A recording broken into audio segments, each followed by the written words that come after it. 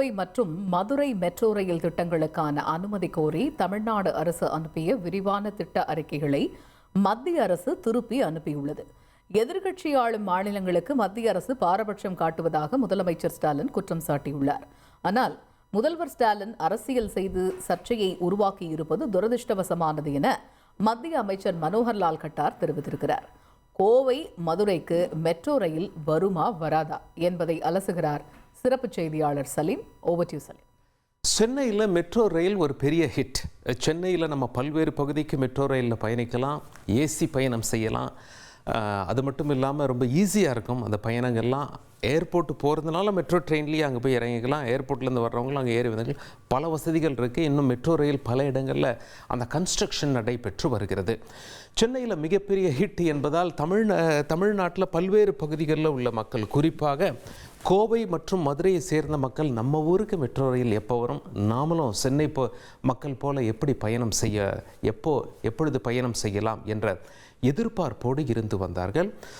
சமீபத்தில் வந்திருக்கக்கூடிய செய்தி அவர்களுக்கு அதிர்ச்சி ஊட்டும் வகையில் இருக்கிறது. காரணம் என்ன சொல்லப்பட்டது செய்திகளில் வந்தது அப்படின்னா, அதாவது மத்திய அரசு இதை நிராகரித்து விட்டது என்று செய்திகளில் வந்தது. என்னாச்சு அப்படின்னு சொல்லி நம்ம பார்க்க போகிறோம்.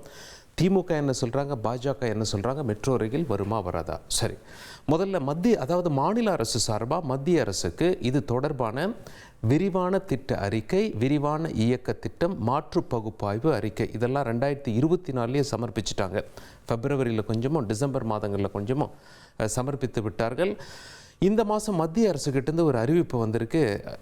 அதன் பிறகு செய்திகளில் வந்தது, இது நிராகரிக்கப்பட்டிருக்கிறது இந்த திட்டம் மத்திய அரசு சார்பாக அப்படின்னு சொல்லிட்டு இதற்கான காரணம், மெட்ரோ ரயில் வரணும் அப்படின்னா அந்த குறிப்பிட்ட நகரத்தில் சுமார் 20 லட்சம் மக்கள் வசிக்கணும். 20 லட்சத்துக்குள்ளே இருந்தால் மெட்ரோ ரயில் அங்கே சாங்ஷன் செய்யப்படாது என்பதுதான் விதி என்று சுட்டிக்காட்டப்பட்டது. இது மத்திய அரசின் வீட்டு வசதி மற்றும் நகர்ப்புற விவகார அமைச்சகம் தொடர்புடையது. இந்த கொள்கையை பொறுத்தவரை 2017ஆம் ஆண்டின் மெட்ரோ ரயில் கொள்கையின் அடிப்படையில் ஒரு நகரத்தில் குறைஞ்சபட்சம் 20 லட்சம் மக்கள் இருக்கணும் அப்படின்னு சொல்லியிருக்காங்க. சரி, அப்படின்னா ஏற்கனவே மற்ற நகரங்களில் 20 லட்சத்திற்கும் கீழே உள்ள நகரங்கள்லாம் எப்படி இது ஒப்புதல் பெறப்பட்டது என்று திமுக சார்பாக கேள்வி முன்வைக்கப்படுகிறது. மதுரையை பொறுத்த வரைக்கும், கோவையை பொறுத்த வரைக்கும் மக்கள் தொகை சுமார் 15 லட்சம், வெறும் 5 லட்சம் தானே குறைவு. மற்ற நகரங்கள்லாம் எடுத்துக்கொண்டால் ஆக்ராவில் மக்கள் தொகை, அதாவது உத்தரப்பிரதேசத்தில் இருக்கிறது, சுமார் 15 லட்சம் பேர் வசிக்கிறார்கள். பாட்னாவில், பீகாரில் இருக்கக்கூடியது 17 லட்சம் பேர் வசிக்கிறார்கள். மத்திய பிரதேசத்தில் போபாலில் 19 லட்சம் பேர் வசிக்கிறார்கள். இங்கெல்லாம் எப்படி ஒப்புதல் தரப்பட்டது என்ற கேள்வியை திமுக முன்வைத்து, பாஜக ஆளும் மாநிலம் என்பதால் இங்கே ஒப்புதல் தரப்பட்டிருக்கிறது, கூட்டணி கட்சிகள் ஆளும் மாநிலம் என்பதாலும் ஒப்புதல் தரப்படுகிறது, எதிர்க்கட்சியினர் ஆளும் மாநிலங்களில் குறிப்பாக தமிழ்நாட்டில் ஒப்புதல் தரப்படவில்லை என்று திமுக விமர்சனங்களை முன்வைத்து வருகிறது.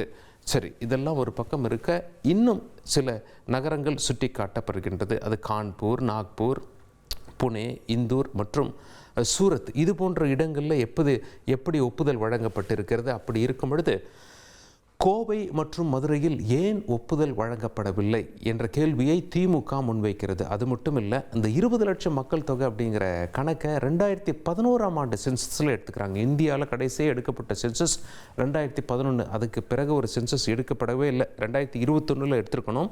கோவிட் காலகட்டம் என்பதால் சென்சஸை சரிவர எடுக்க முடியல. இப்போ நாம் 2025 பேசிக்கொண்டிருக்கோம். சென்சஸ் எடுத்து 14 ஆண்டுகள் ஆயிற்று.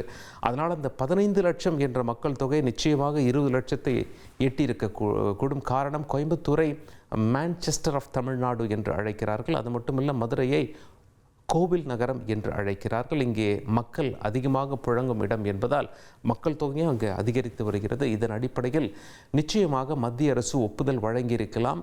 பாரபட்சமாக செயல்படுகிறது மத்திய அரசு என்று திமுக குற்றம் சாட்டி இருக்கிறது. இது திமுக குற்றச்சாட்டு.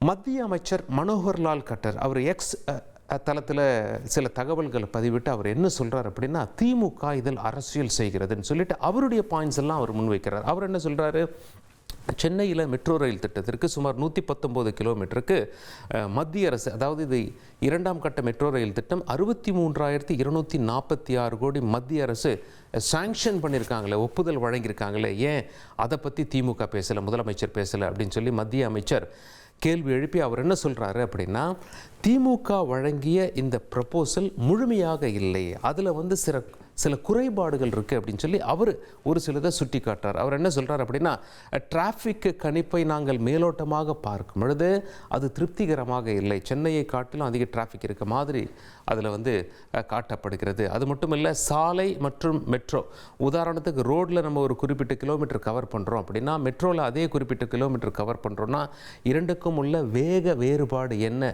என்பதில் ஒரு தெளிவில்லாமல், அதாவது எங்களை திருப்திப்படுத்தாமல் இருக்கிறது மாநில அரசு அப்படின்னு சொல்கிறார். அது மட்டும் இல்லை, போதுமான வழி உரிமைகள், அந்த ரைட் ஆஃப் வே என்று ஆங்கிலத்தில் அழைப்பார்கள், அது இல்லை என்று சொல்லப்படுகிறது. பஸ் பயணம் சிறந்தது என்று மத்திய அமைச்சர் மனோகர் லால் கட்டர் சொல்லியிருக்கார். அதாவது பிஆர்டிஎஸ் சிஸ்டம் தான் இதுக்கு கரெக்ட். அதாவது இங்கே பஸ்ஸஸே ஆப்ரேட் பண்ணலாம், மக்களுக்கு போதுமானது, ட்ரெயின் தேவை அப்படிங்கிற அளவில் எங்களுக்கு போதுமான தரவுகளை மாநில அரசு தரலை அப்படின்னு சொல்லி மத்திய அமைச்சர் சொல்லி என்ன சொல்லியிருக்காரு, பஸ் தான் சிறந்தது என்று சொல்லி.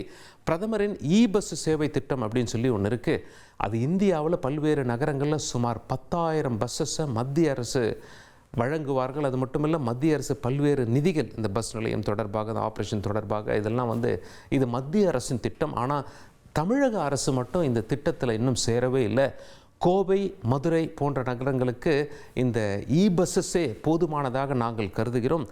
மெட்ரோ ரயிலுக்கு அவசியம் இருக்கிறது என்று எங்களுக்கு அந்த டாக்குமெண்ட்ஸ் எல்லாம் பார்க்கும்போது ஆணித்தனமாக எங்களால் நம்ப முடியவில்லை, இதை ஏற்க முடியவில்லை என்ற அளவில் மத்திய அமைச்சர் பேசியிருக்கிறார். திமுக இப்போ என்ன சொல்கிறாங்க அப்படின்னா, பார்த்தீங்களா நாங்கள் அந்த பஸ்ஸில் சேரலை அப்படிங்கிற ஒரு கோவத்தினால இந்த ப்ராஜெக்ட் எல்லாம் ரிஜெக்ட் பண்ணியிருக்காங்க. 20 லட்சம் மக்கள் தொகை என்ற அடிப்படையை கணக்கு காமிச்சு ரிஜெக்ட் பண்ணியிருக்காங்க. ஆனால் 20 லட்சத்துக்கும் குறைவான மக்கள் தொகையை கொண்ட அவர்கள் ஆட்சி செய்யும் மாநிலங்களில் மெட்ரோ திட்டத்துக்கு ஒப்புதல் கொடுத்துருக்காங்க. நாங்கள் பாரபட்சமாக மத்திய அரசு செயல்படுகிறது என்று சொன்னதில் என்ன தவறு என்று திமுக கேள்வி முன்வைக்கிறது.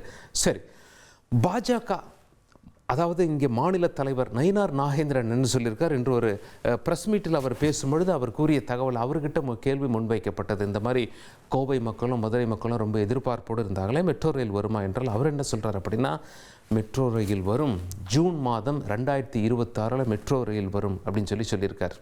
இது அது மட்டும் இல்லை, திமுக அரசு, அதாவது மாநில அரசு போதுமான ஆவணங்களை சரிவர அந்த ரிப்போர்ட்டில் அதிகமாக கான்சென்ட்ரேட் செய்யாமல் கொடுத்து விட்டார்கள் மத்திய அரசு கிட்ட. மத்திய அரசு நிராகரித்தது என்று சொல்வது தவறு, மாறாக மத்திய அரசு திருப்பி அனுப்பி உள்ளது. நீங்கள் கரெக்டாக கொடுத்தீங்கன்னா மறுபடியும் அதை ஒப்புதல் பெறுவதற்கான வாய்ப்பு இருக்கிறது.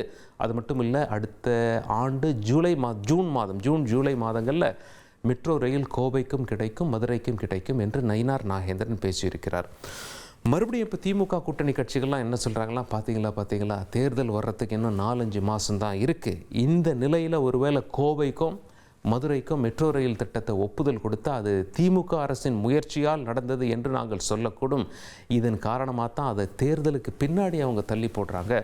அது மட்டும் இல்லை, அதிமுக பாஜகவின் தேர்தல் வாக்குறுதிகளில் மதுரைக்கும் கோவைக்கும் மெட்ரோ திட்டம் கொண்டு வரப்படும் என்று அவர்கள் போட்டுக்கொண்டாலும் அது ஆச்சரியப்படுவதற்கு இல்லை.